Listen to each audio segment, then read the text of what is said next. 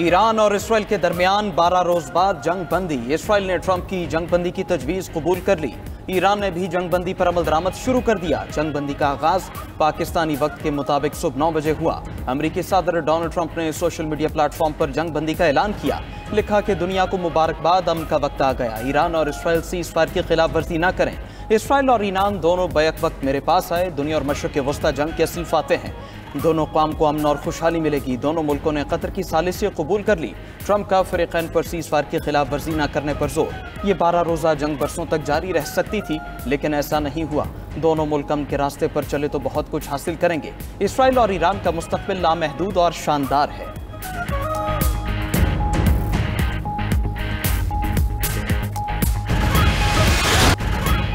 अमरीकी सदर का ईरान और इजराइल पर जंगबंदी की खिलाफ वर्जी का इल्जाम। नेटो समिट के लिए रवानगी से पहले गुफ्तगू करते हुए ट्रंप ने इजराइल को ईरान पर बमबारी से बाज रहने की वार्निंग दी। कहा कि इजराइल ने अब ईरान पर बम गिराए तो ये मुआहदे की बड़ी खिलाफ वर्जी होगी। मुझे ये पसंद नहीं आया कि इजराइल ने जंगबंदी पर रजामंदी के फौरन बाद हमले किए। ईरान पर हमले करने पर इजराइल से नाखुश हूँ। इजराइल को अब तहम्मुल का मुजाहरा करना होगा। इजराइल को जंगबंदी की खिलाफ वर्जी नहीं करने दूंगा। ईरान और इजराइल दोनों से खुश नहीं हूँ। दोनों ने जंगबंदी की खिलाफ वर्जी की है। ट्रंप ने मजीद कहा कि ईरान की एटमी सलाहियतें खत्म हो चुकी हैं। ईरान अब कभी एटमी कुव्वत नहीं बन सकता। ईरान में हुकूमत की तब्दीली नहीं चाहता। इससे वहां अफरा तफरी हो जाएगी।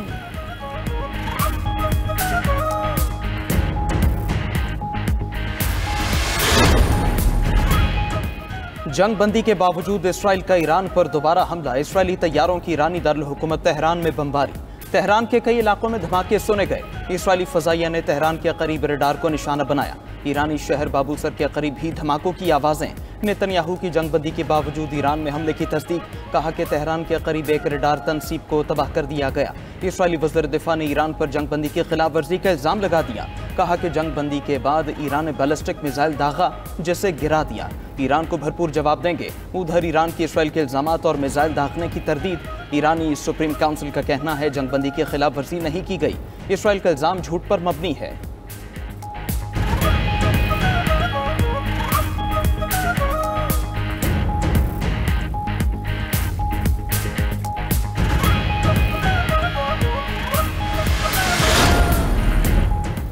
ईरान किसी के सामने सर नहीं झुकाएगा। ईरानी कौम इज्जत, इस्तक़लाल और उसूलों पर समझौता नहीं करेगी। ईरानी सुप्रीम लीडर आयतुल्लाह खामनाई का कहना है कि हम किसी की ज़्यादती को हरगिज़ कबूल नहीं करेंगे। ईरानी सदर मसूद पेज़ेश्कियान ने दो टोक पैगाम दिया कि इजराइल जंगबंदी का एहतराम करता है तो हम भी करेंगे। अमीर कतर शेख तमीम बिन हमद अल सानी से राब्ते में कहा कि ईरान बातचीत के लिए तैयार है। पासदारान इनक़िलाब ने कहा है कि अमरीका फर्दों के हमले में नाकाम हुआ। अमरीकी बंकर बस्टर बमों का अफसाना टूट गया। फतह पर ईरानी कौम और शहदा के अहले खाना को मुबारकबाद पेश करते हैं। दोबारा जारहियत की तो जवाब पहले से कहीं ज्यादा तबाहकुन होगा। ईरानी आर्मी चीफ अमीर खातमी ने कहा कि ईरानी कौम को जीत पर मुबारक हो। उधर ईरानी हमलों के बाद शहरी जश्न मनाते हुए सड़कों पर निकल आए।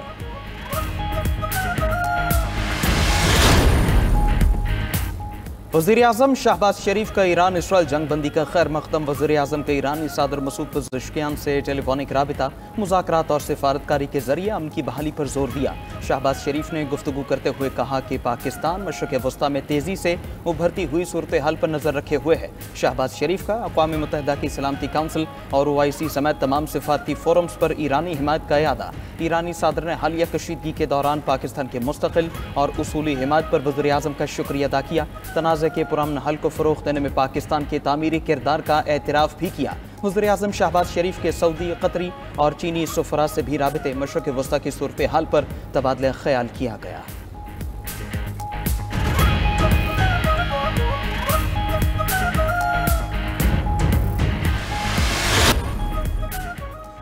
ईरान इसराइल जंगबंदी के बाद कतर और मुत्तहिदा अरब अमारात ने फ़्लाइट ऑपरेशन बहाल कर दिए। कई घंटे बंद रखने के बाद अपने तमाम एयरपोर्ट्स खोल दिए। कमर्शियल तैयारों की आमदोरफ्त भी बहाल हो गई। मिस्री एयरलाइन की खित्ते के ममालिक के लिए परवाज़ें ताहाल मुअत्तल। Air France, Finland airline, American airlines की परवाज़ों ने भी उड़ान न भरी। जर्मन एयरलाइंस ने तेहरान और तल अबीब के लिए अपनी परवाज़ें मुअत्तल कर दी। दूसरी जानिब PIA ने भी बहरीन, कुवैत और दुबई का फ़ज़ाई ऑपरेशन मनसूख कर दिया। टेक ऑफ करने वाले तैयारों को वापस बुला लिया। तर्जुमान कौमी एयरलाइन के मुताबिक परवाज़ों की मनसूखी का फैसला खलीजी ममालिक में जंगी सूरत हाल के बाइस किया। हालात मामूल में आने के बाद फौजी कौमी एयरलाइन की परवाज़ें दोबारा शुरू कर दी जाएंगी। ईरान इसराइल जंगबंदी के ऐलानात पर आलमी मार्केट में खाम तेल की कीमतें 9% तक गिर गईं। अमरीकी खाम तेल की कीमत 67.32 फी बैरल पर आ गई। बरतानवी खाम तेल 8.78% सस्ता 70.25 फी बैरल में फ़रोख्त होने लगा। सोने की कीमत में भी कमी, $2.25 कमी के बाद सोना फी औंस $3,383 का हो गया।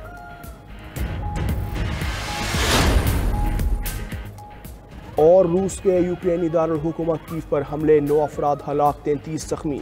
यूक्रेनी वज़ीर दाखिला के मुताबिक मिसाइल और ड्रोन हमलों से रिहायशी इलाके अस्पताल को नुकसान पहुंचा।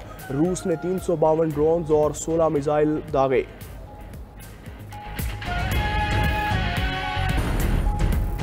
कई मुल्क ईरान को एटमी वॉरहेड्स देने को तैयार हैं। ईरान में यूरेनियम की अफजूदगी का अमल जारी रहेगा। रूसी सिक्योरिटी काउंसिल के डिप्टी चेयरमैन दिमित्री मेदवेदेव का कहना है कि ट्रंप ने अमेरिका को नई जंग में धकेल दिया। अमेरिकी सदर अब धांधली ज़्यादा नोबेल अमन इनाम को भूल जाएं। ईरान का एटमी प्रोग्राम महफूज है। अमेरिकी हमले से ईरान का एटमी फ्यूल साइकिल मुतासर नहीं हुआ। ईरान का निज़ाम हुकूमत न सिर्फ महफूज है बल्कि पहले से ज़्यादा ताकतवर हो गया। रूसी ओहदेदार ने मजीद कहा कि इसराइली शहर ईरानी धमाकों से लड़ रहे हैं। वहाँ लोग खौफ और बदहवासी का शिकार हैं।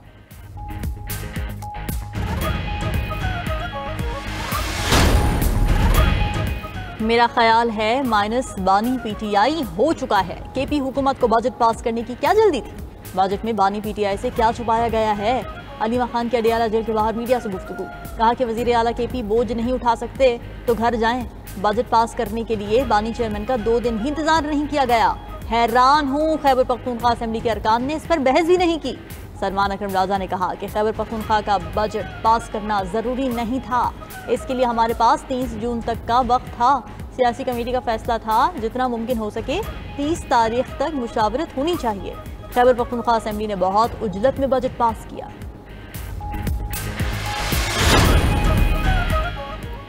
चेयरमैन पीटीआई बजट मंजूरी से लाइल्म निकले। गुफ्तगू में बैरिस्टर गौहर ने कहा कि खैबर पख्तूनख्वा का बजट पास नहीं हुआ। ये बानी पीटीआई की असेंबली, वो जैसे चाहेंगे वैसे होगा। बानी ने हुक्म दिया तो खैबर पख्तूनख्वा असेंबली तहलील कर देंगे। खैबर पख्तूनख्वा असेंबली ने कल सूबाई बजट पास किया था।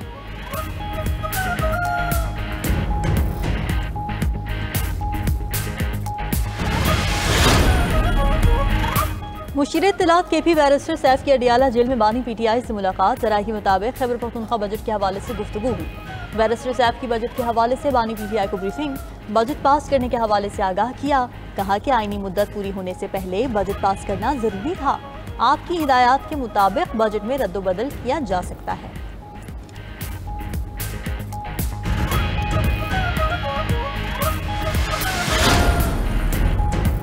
खैबर पख्तूनख्वा हुकूमत सोने का अंडा देने वाली मुर्गी है। बजट मंजूर ना करते तो क्या करते? गवर्नर खैबर पख्तूनख्वा फैसल करीम कुंडी का तकरीब से खिताब, कहा कि अगर ये बजट मंजूर ना करते तो करप्शन कैसे करते, नौकरियां कैसे बेचते, घपले कैसे करते।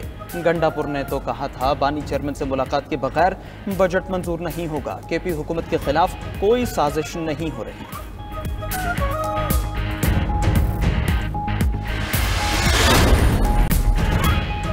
बानी पीटीआई की 8 मुकदमात में जमानत की दरखास्तें खारिज। लाहौर हाईकोर्ट ने 9 मई से मुतालिक केसेस में जमानत की दरखास्तों पर फैसला सुना दिया।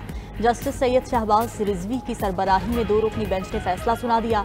बानी पीटीआई ने 9 मई के 8 मुकदमात में जमानतों के लिए अदालत से रुजू किया था। अदालत ने तमाम दरखास्तें मुस्तरद कर दी।